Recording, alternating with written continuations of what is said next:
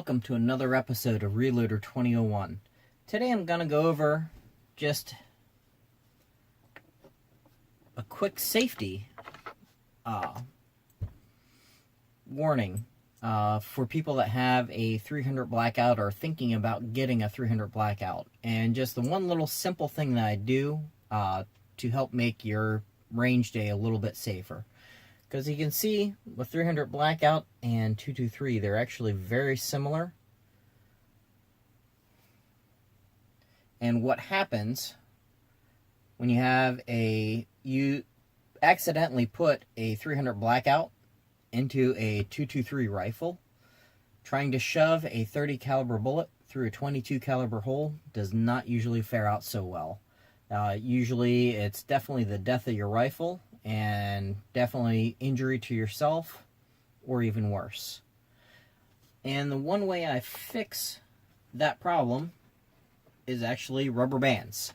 If any of you are parents and you had kids that were making those rubber band bracelets, I found a really good use for them since the fad's pretty much over. All it is I take about 2 or 3 of them and put them around the bottom of my magazine for the 300 blackout. Just makes a quick and easy way to identify what is your 300 blackout. If you have other people at the range with you and they'll see that red rubber band around the bottom of it, and it usually kind of creates a question for them. So they'll actually ask what the rubber band's for, and it makes it a really good way to make sure they're not using the wrong magazine and the wrong gun. Now, if you happen to use 223 and a 300 blackout, no big deal, it can't chamber. Because if you take a look again, the neck narrows down where it will not allow a 223 bullet to fully chamber. And if it would happen to chamber, you're going to be putting a 22 caliber bullet down a 30 caliber bore. So you're not going to hit anything, but it's potentially, it won't hurt or kill you. It might ding the barrel a little bit, but again, it won't hurt you. Now, just to show what I'm talking about, I'm just using one of my lead cast 300 blackout. Now, this is a pistol build in 223.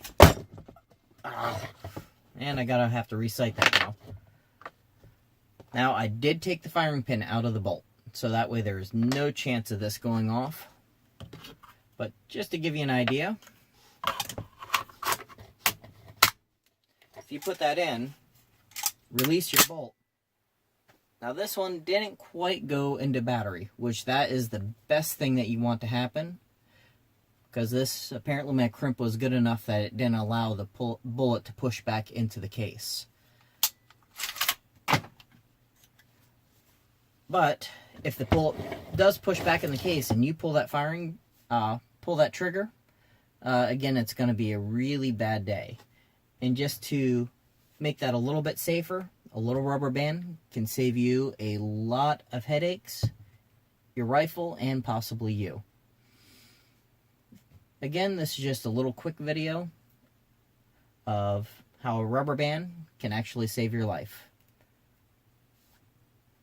If you like what you see, just hit subscribe down below, and I'll see you next time.